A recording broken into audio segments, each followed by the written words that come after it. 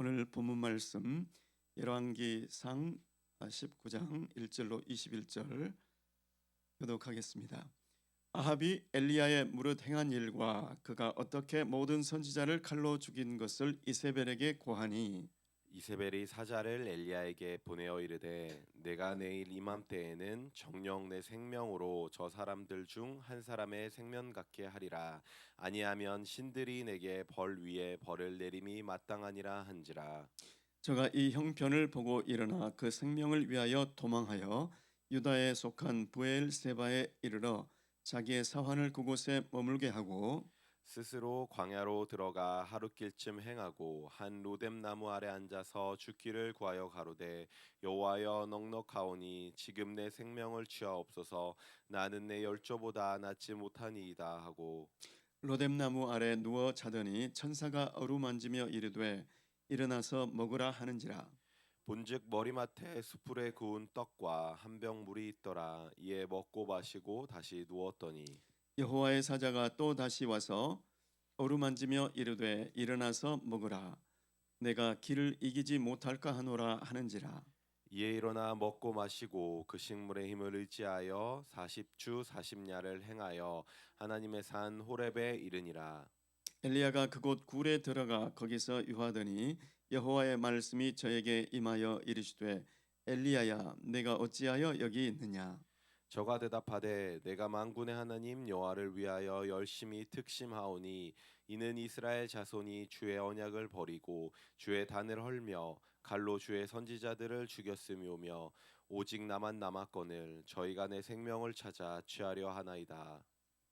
여호와께서 가라사대 너는 나가서 여호와의 앞에서 산에 섰으라 하시더니 여호와께서 지나가시는데 여호와의 앞에 크고 강한 바람이 산을 가르고 바위를 부수나 바람 가운데 여호와께서 계시지 아니하며 바람 후에 지진이 있으나 지진 가운데도 여호와께서 계시지 아니하며 또 지진 후에 불이 있으나 불 가운데도 여호와께서 계시지 아니하더니 불 후에 세미한 소리가 있는지라.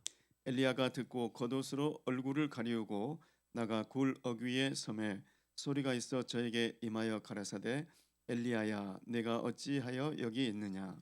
저가 대답하되 내가 만군의 하나님 여호와를 위하여 열심히 특심하오니 이는 이스라엘 자손이 주의 언약을 버리고 주의 단을 헐며 칼로 주의 선지자들을 죽였음이오며 오직 나만 남았거늘 저희가 내 생명을 찾아 취하려 하나이다.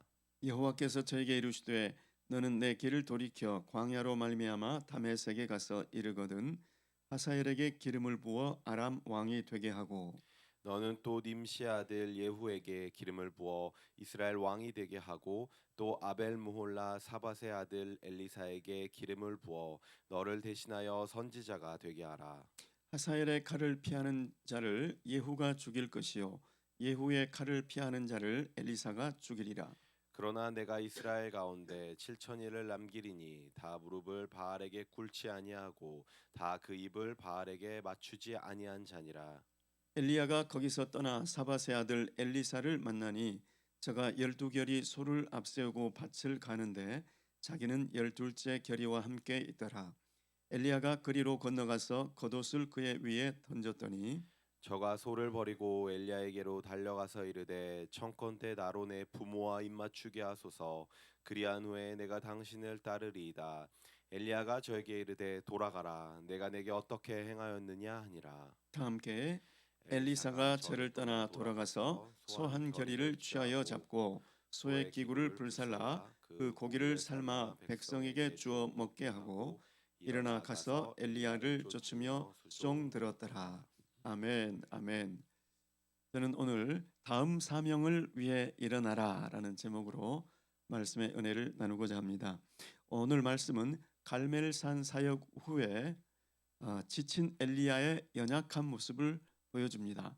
그리고 그 연약한 모습을 하나님께서 어루만져 주시고 위로해 주시고 격려해 주시고 회복시켜 주셔서 다음 사명을 주시고 다시 일어나게 하신다는 내용입니다. 갈멜산에서의 엘리야의 모습과 오늘 모습은 너무나 대조적이죠. 갈멜산에서의 그 사역을 정말 역사상 이런 일이 있었을까 할 정도로 놀라운 기적의 역사였습니다. 갈멜산에서 기도해서 하늘에서 불이 내리게 했죠. 그리고 바알 선지자 450명을 죽였습니다. 그리고 다시 산 꼭대기로 올라가서 7번의 기도로 큰 비를 오게 하는 그런 능력을 행했습니다. 더군다나 자기는 아무것도 먹은 것도 없는데 아합 왕이 탄 마차보다도 더 앞질러서 마차 앞에서 달려왔었습니다. 그 갈멜산에서부터 여기 이스라엘 입구 거기까지는 대략 직선거리만으로도 26km쯤 된다고 해요. 그러니까 길이 직선으로 났을 리는 없으니까 한 30km를 달려온 거죠. 마차보다 앞서서 하나님의 능력이 임해서 그렇게 달려왔던 거예요. 자, 그런데 그만 아합이 이세벨에게 지금까지 있었던 일을 다 얘기했죠. 그런데 이세벨이 사자를 정가를 보내서 엘리야, 너 내일 이맘때쯤에는 너도 내가 죽인 그 선지자들 한 사람 같이 할 거야. 이 한 말에 그만 엘리야가 지금까지 하나님의 말씀만 줬던 그 모습, 그 담대한 영웅과 같은 그 모습이 완전히 사라져 버리고 도망했다 이렇게 기록되어 있습니다. 여러분, 지금 무슨 일이 있는 거죠? 상황은 어제나 오늘이나 큰 변화가 없는 것 같은데 이 이세벨의 한마디에 그만 이렇게 선지자, 그것도 놀라운 역사를 일으켰던 그 선지자가 이렇게까지 무너져 내릴 수가 있었을까? 그런데 무너져 내릴 수 있다는 게 무너져 내린 게 지금 현실인 거예요. 자, 그런데 왜 무너졌냐는 거죠.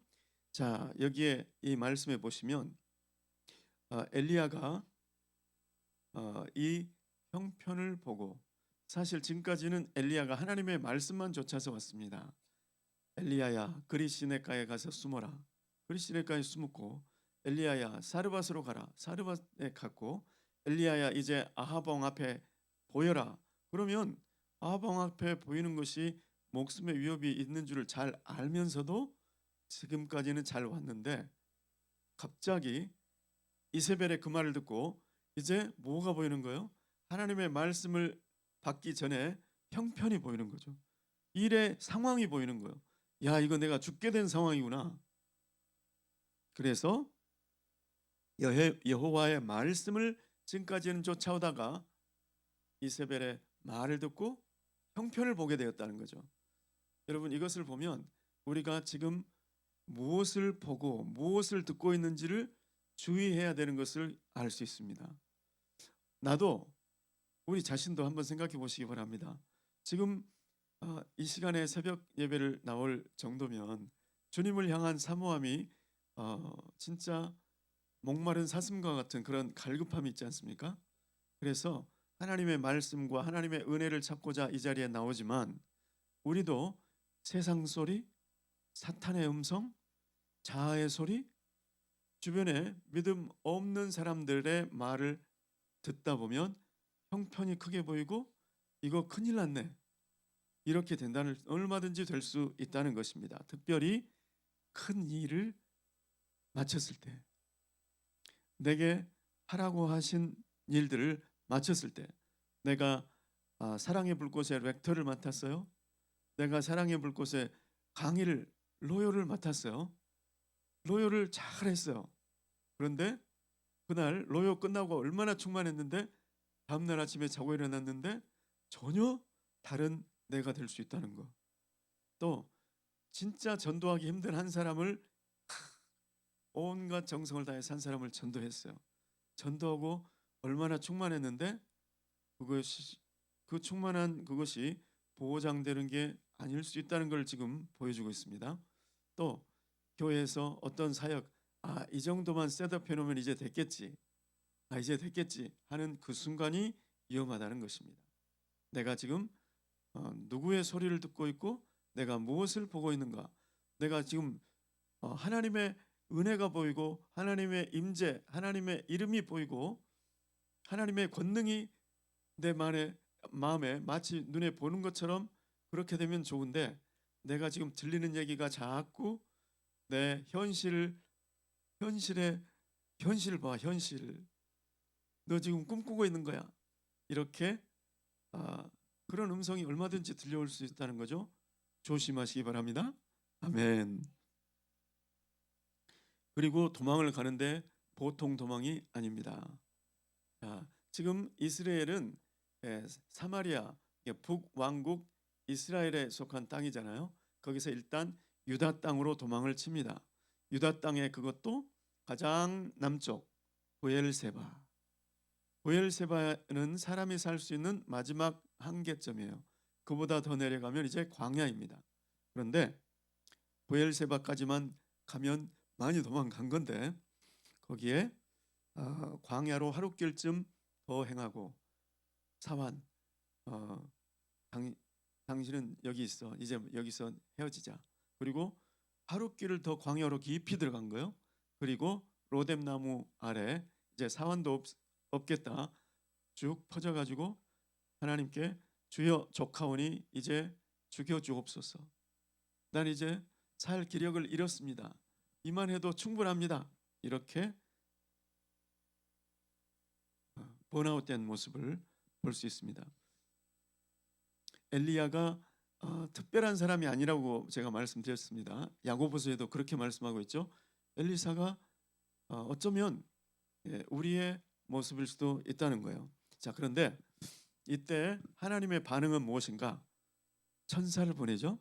그리고 엘리야에게 그 천사가 어루만져 줍니다. 격려를 해주는 거죠. 그리고 일어나서 먹으라. 그리고 숯불에 구운 떡과 물을 거기에 둡니다. 그리고 감사하게 먹고 또 자는 거죠. 여러분, 선교사님들이 해외에서 사역 후에 들어오시면 우리는 얼마나 선교사님들의 간증을 듣고 싶습니까? 그죠? 그래서 선교사님을 모시다가 이 자리에 강단에 모셔서 듣기도 하고 또 식사를 대접하면서 간증을 듣잖아요. 그런데 때로는 선교사님들을 푹 좀 쉬게 해드려도 좋아요. 그냥 떡과 물, 여기서 떡과 물은 진짜 배고픈 엘리야를 채워준, 회복시켜주는 그러한 큰 것이죠. 선교사님들을 진짜 맛난 음식으로 정말 좋은 식당에 가서 식사를 대접한 다음 가서 휴양지로 보내드리면 그냥 간증은 나중에 시간 될 때 해주세요. 그리고 진짜 좀 쉬게 해드리면 그 선교사님들 그게 큰 격려가 될 수 있다는 것이죠.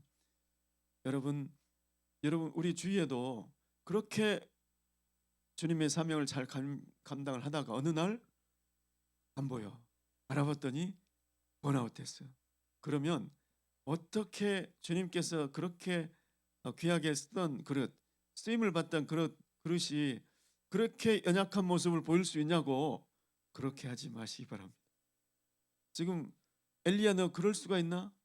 하나님께서 불로응답해 주셨고 하나님께서 내 기도를 듣고 큰 비를 주셨고 하나님께 능력을 주셔서 마차 앞에서 30km 정도를 뛰었던 거 그거 다 잊어버렸어?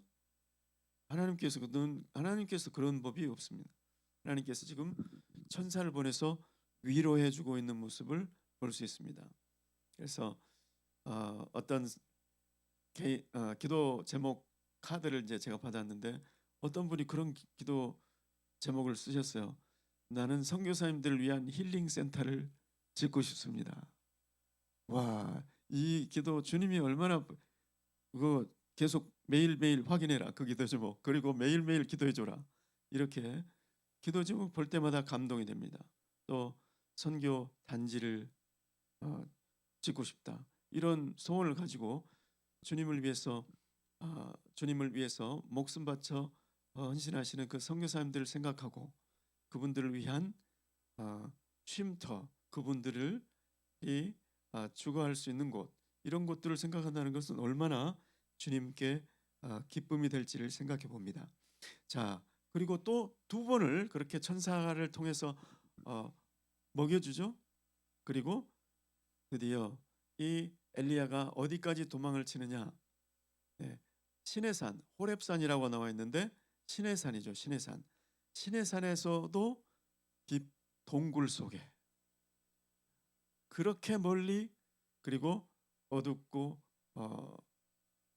진짜 어딘가에 숨고 싶은 그 마음이 동굴 속에 굴 속에 들어갔다니까 엘리야의 마음이 느껴지는 것 같습니다.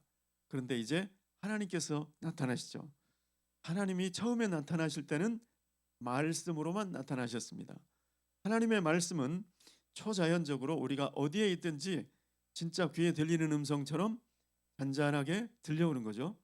이 하나님의 말씀으로 엘리야야 내가 어디 있느냐, 이 말씀이 무슨 뜻일까요?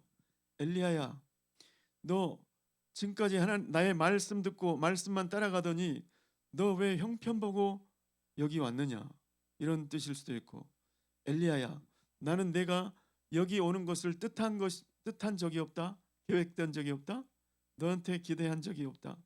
그런데 너 왜 여기 있느냐? 아니면 엘리야야 나는 내가 다른 데 갈 데가 있어서 그걸 준비해 놨는데 엘리야야 너 왜 여기 있느냐? 여러 가지 뜻이 있을 거예요. 엘리야가 장황하게 이야기합니다. 그러면서 마지막에 뭐라고 그러냐면 저들이 주의 단을 헐었을 뿐만 아니고 주의 선지자들을 다 죽였는데 이제 나만 홀로 남았는데 나도 죽이려 합니다. 이 말씀을 하잖아요. 그러니까 이세벨에게 다음 내일 이맘때쯤 너도 그들 중에 한 사람이 될 거야, 이 말을 듣는 순간 이제 북이스라엘에 아무 선지자, 여호와의 선지자가 한 사람도 없는데 마지막 남은 나를 죽이겠다고 생각한 거죠. 그러니까 나밖에 없다는 그 외로움, 거기에 그만 이세벨의 그 기세에 눌려버린 거죠. 이렇게 했을 때 하나님께서 너는 나가서 동굴 밖으로 나가서 여호와 앞에 산에 서 있으라, 이렇게 이야기합니다. 그리고 그 앞에 큰 바람이, 회오리 바람이 지나가죠. 엄청난 큰 바람이 지나갑니다. 그런데 하나님께서 거기 계시지 않고 그 다음에 큰 지진이 났는데 거기도 하나님이 계시지 않고 그 다음에 큰 불꽃, 큰 불 가운데 주님이 거기도 계시지 않고 바람, 지진, 불, 이거 지금 뭘 얘기할까요? 하나님의 임재가 눈에 보이는 범위 안에 들어왔을 때 나타나는 현상들이죠. 하나님 시내산에서 이스라엘 백성들을 만나러 오셨을 때도 저 시내산 꼭대기에 빽빽한 구름 가운데 불이 임해서 불 가운데 하나님께서 임재하셨던 것을 볼 수가 있습니다. 그러니까 하나님께서 이 근처에 어딘가에는 계신데 하나님의 임재가 있는데 어디지? 저 안에는 아니네. 이렇게 지금 저기도 아닌데, 그렇게 엘리야가 지금 기대하고 기다리고 있는 거죠. 그런데 세미한 음성이 들렸는데 그 음성 속에 엘리야야 네가 왜 여기 있느냐, 이 음성이 들었는데 세미한 음성이라는 뜻은 무엇일까요, 여러분? 하나님께서 멀리 있는 사람들한테 말씀하실 때는 큰 목소리로 말씀하시죠. 그래서 예수님께서 이 세상에 재림하실 때 그때는 주께서 천사장의 호령 소리와 주께서 호령과 천사장의 소리와 큰 나팔로, 그때 호령은 주님의 호령입니다. 주님은 그때 큰 소리로 말씀하실 거예요. 왜냐하면 멀리 있는 사람들한테 다 들으라고. 그런데 지금 주님은 세미한 음성으로 부드럽고 여리고 가는 세미한 음성으로 말씀하신다. 무슨 뜻일까요?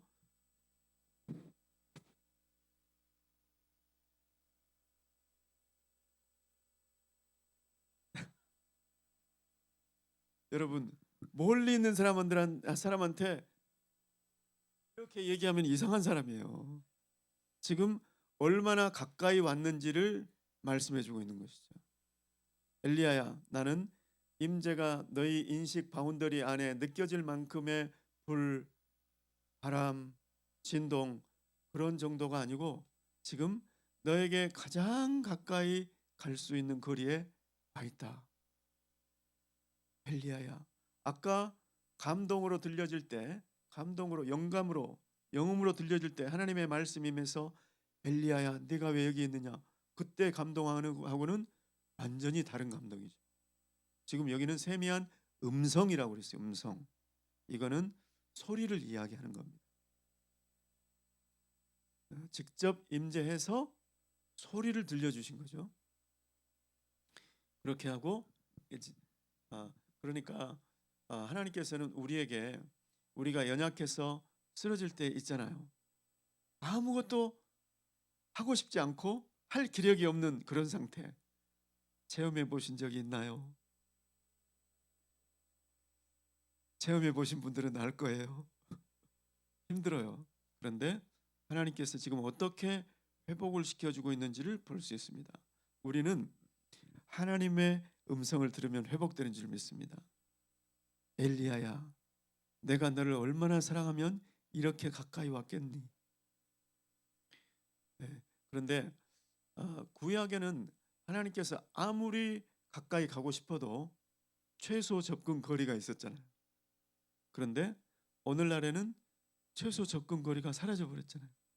예수께서 십자가의 죽으심으로 영광 받으시고 하나님의 보좌 우편에 올라가셔서 우리에게 성령을 부어 주시니까 이제 하나님의 임재가 우리 안에 들어와 오셨잖아요. 최소 근접 거리가 사라져 버린 거예요.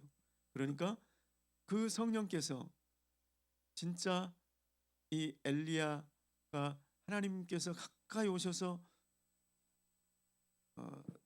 소곤거리듯이 그렇게 말씀한 것이 하신 것보다 더 친밀한 음성으로 주실 수 있는 줄 믿습니다. 하나님 혹시 지금 이 자리에 혹은 유튜브로 예배를 드리시는 분 중에 진짜 나는 엘리야와 같이 지쳤습니다. 진짜 여기서 더 이상 한 발짝도 나갈 수가 없을 것 같습니다. 그런 분들은 오늘 성령의 위로의 음성을 들으시기를 바랍니다. 이 세상의 소리를 차단하시고 주변의 음성을 차단하시고 성령의 음성에 귀 기울이시길 바랍니다. 목마른 사슴, 하나님, 저는 목마른 사슴과 같습니다. 성령님, 제게 말씀해 주시지 않으면 저는 아무것도 할 수가 없습니다. 성령의 위로의 음성이 들릴 줄로 믿습니다. 그리고 이제 엘리야야, 너는 돌이켜라. 지금까지 도망자의 길, 그로부터 멀어지려고 하는 방향, 그 길에서 이제 하나님의 임재, 하나님의 뜻으로 향하는 길로 돌이켜라, 이런 뜻이죠. 그리고 사명을 주십니다. 너는 아람의 하사엘에게 기름을 부어 왕이 되게 해라. 그리고 예후에게 기름을 부어 이스라엘 북왕국 이스라엘의 왕이 되게 해라. 그리고 아벨 무홀라에 살고 있는 엘리사에게 기름을 부어 너를 이어서 선지자가 되게 하라. 여러분, 이것이 엘리야가 지쳤기 때문에 더 이상 사역을 할 수 없었기 때문에 이제 너는 여기까지야, 이런 뜻일까요? 그것이 아니죠. 만일에 이세벨에게 도망치지 않고 하나님, 저 이세벨이 하나님 앞에 무엇이겠습니까? 하고 담대하게 하나님, 다음 스텝을 알려주세요. 하나님, 제 다음 사명은 무엇입니까? 그렇게 나갔으면 참 좋았을 텐데. 그러면 여기까지 이 먼 데까지 올 필요가 없었을 텐데. 하나님의 계획은 이미 있었던 거죠. 그런데 이제 다시 회복시키신 다음에 이제 그 사명을 다시 주시는 것이죠. 저와 여러분 이제 지쳐 있을 때는 주님의 사명, 주님의 일, 그거 보이지가 않죠. 나에게 맡겨 주신 것도 더 이상 아무것도 보이는 게 없죠. 그냥 내가 좀 살 수 있었으면, 좀 소성케 되었으면, 아니면 여기 엘리야처럼 아 이게 끝인가 보다. 나는 이제 끝이야. 이렇게 생각하든지. 그런데 하나님은 우리를 회복시켜 주신 하나님이신 줄 믿습니다. 그리고 다시 사명을 주시는 하나님이신 줄 믿습니다. 그리고 오늘 아, 아람으로 올라가는 길에 바로 길르앗 땅이 있고 자기 고향 디셉 옆에 아벨 모홀라가 있고 올라가는 길에 엘리사를 만나죠. 그리고 자기 겉옷을 던집니다. 그 말은 나를 따르라 이런 뜻이었거든요. 그래서 이제 엘리사가 다시 엘리야를 이어서 등장하는 그런 장면입니다. 저와 여러분 오늘 말씀을 통해서 하나님께서는 우리의 있는 모습 그대로 인정해 주십니다. 엘리야가 그렇게 지치고 번아웃된 모습에도 천사를 보내고 하나님의 말씀을 보내고 그리고 직접 신방하셨다.